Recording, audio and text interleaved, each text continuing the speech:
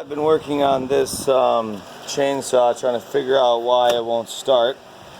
It was running for a little bit, and then it just sort of died, wouldn't start again. It's got fresh fuel in it, brand new fuel, so that's not the issue, because mixed fuel doesn't last very long. If it's any more than a couple months old, just toss it. That's why you use like 1 or 2 gallon gas cans, because you don't keep them that long. When I pulled the spark plug out initially, it had fuel on it, so the carb was putting fuel into the cylinder, so there was fuel inside the cylinder.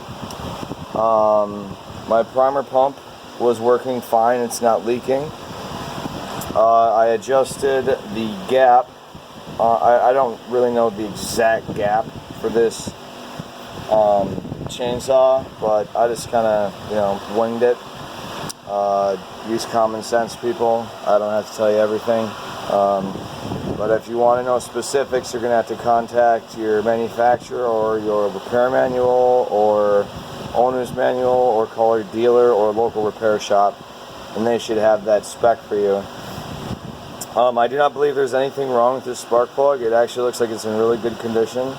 It doesn't look like it has a bunch of charred, burnt stuff inside. I've seen spark plugs way worse than this. So far, I've checked the fuel. Fuel mixture was proper. It says 50 to 1 right on the cap. That's what I mixed it to. Spark plug's good. There's nothing wrong with the switches. Oh, right, air filter. The air filter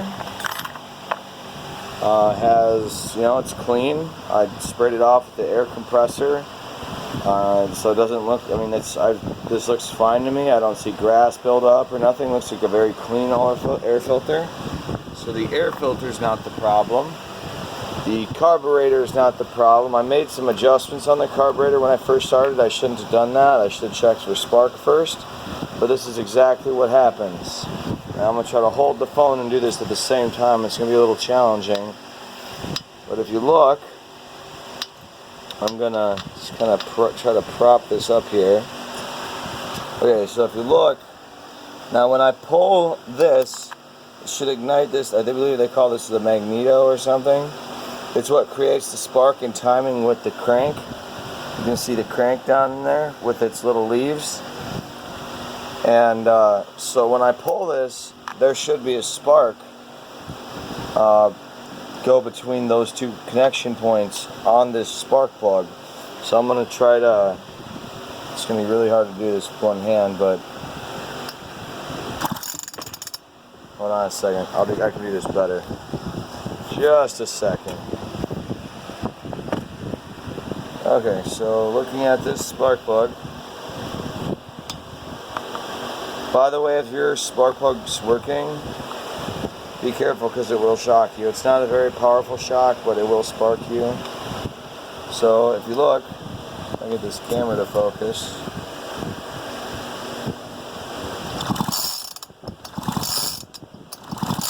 There is no spark. This thing was just running 20 minutes ago. No spark.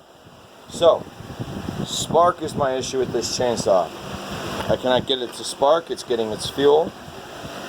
I used my spacer I bought at O'Reilly's to just adjust the spark distance a little bit, just to see if maybe that would help. And I'm still getting nothing.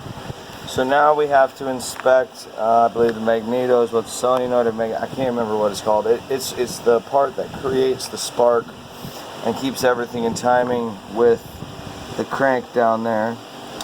So now you have to check your wiring for damage.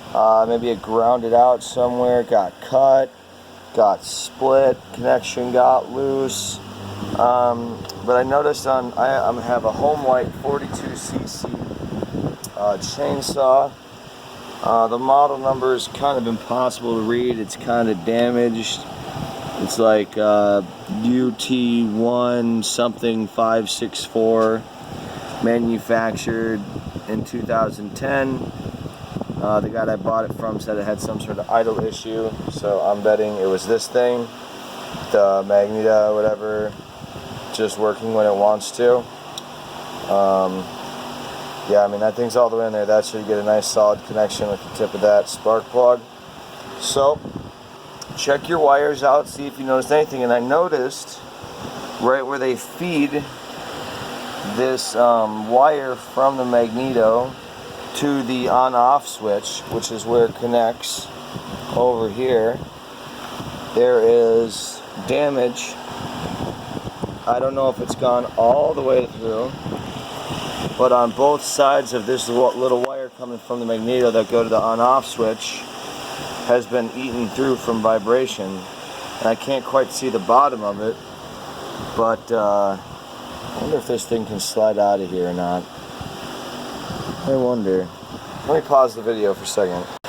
Okay, so with a little finagling, this plastic piece came out. You can see the slice there where they're feeding the wire through. Now I can inspect the wire, because maybe I don't need to actually replace the magneto. I could just repair the damaged points and get some more light on this thing. It's kind of hard working here. So from the surface, it looks worn through, but I don't see, you know, oh, whoops, there. I don't actually see any exposed wiring on this side. I'm going to try to see if I can get a view of the other side.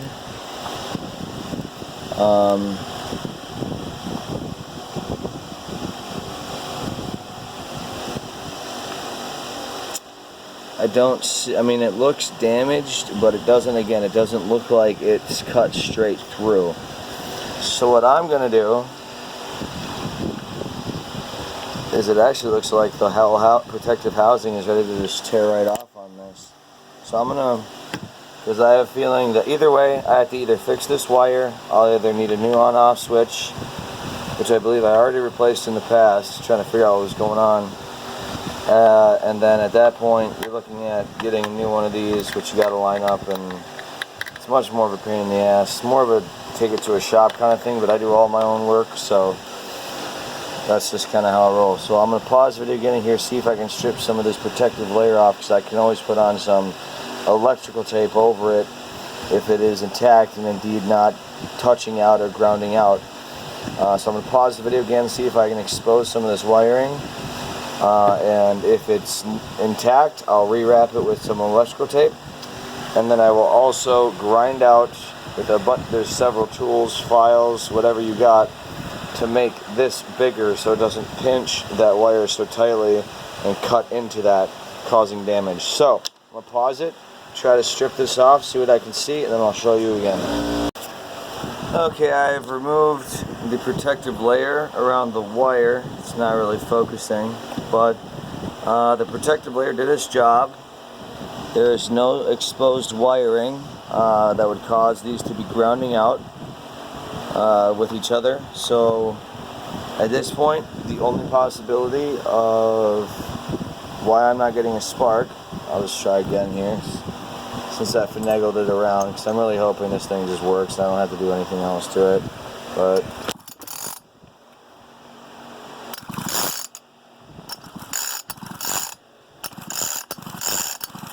no, I'm still getting no spark. So so now you're looking at, and I followed the rest of the wiring down to the on-off switch. I see no damage, no issues. So now the only option is I either have a broken on-off switch that's not allowing the spark to happen, or the magneto is bad and you have to replace it. So that's how you eliminate, process of elimination, to figure out why your stuff isn't working. I got this chainsaw for 20 bucks at a garage sale. Guy said it had idle problems. Clearly it does. But I'll look up some price points, maybe post in the description later how much things were. But right now it can only be the on-off switch or the magneto. So I'm going to disassemble it, get this thing out of here, and I'm also going to see how much new on-off switch would cost. This is probably pretty cheap. This, however, could be a little more expensive and harder to find. So part 2 of the video will be once I have all this housing off so I can access this and get it out of there, and see if I notice any like melting or any, maybe there's wires on the bottom of this that are damaged from heat or rubbing on something. So part 2 of this video will be after this housing is off and we can inspect this, and that's how we do it. So if you're having problems with your chainsaw, first check your fuel, make sure it's fuel mixed right. Take off the spark plug, check if it's wet and it smells like gas, and that means your carb is working. If you take your spark plug out and it's dry, that means your carb is clogged or dirty. It's not getting fuel, so it won't run. Then you check your spark by turning, cranking the motor over, which would cause the magneto to spark this to make everything combust and run properly. So hopefully I didn't screw up my tuning too much by moving around my switches, but I followed the standard procedures of anywhere from, I've heard you screw them all the way into a 3/4 turn out, all the way to a full 2 turns out. So we'll adjust the tuning later, but for right now I'm going to take the housing off, and then that will be part 2.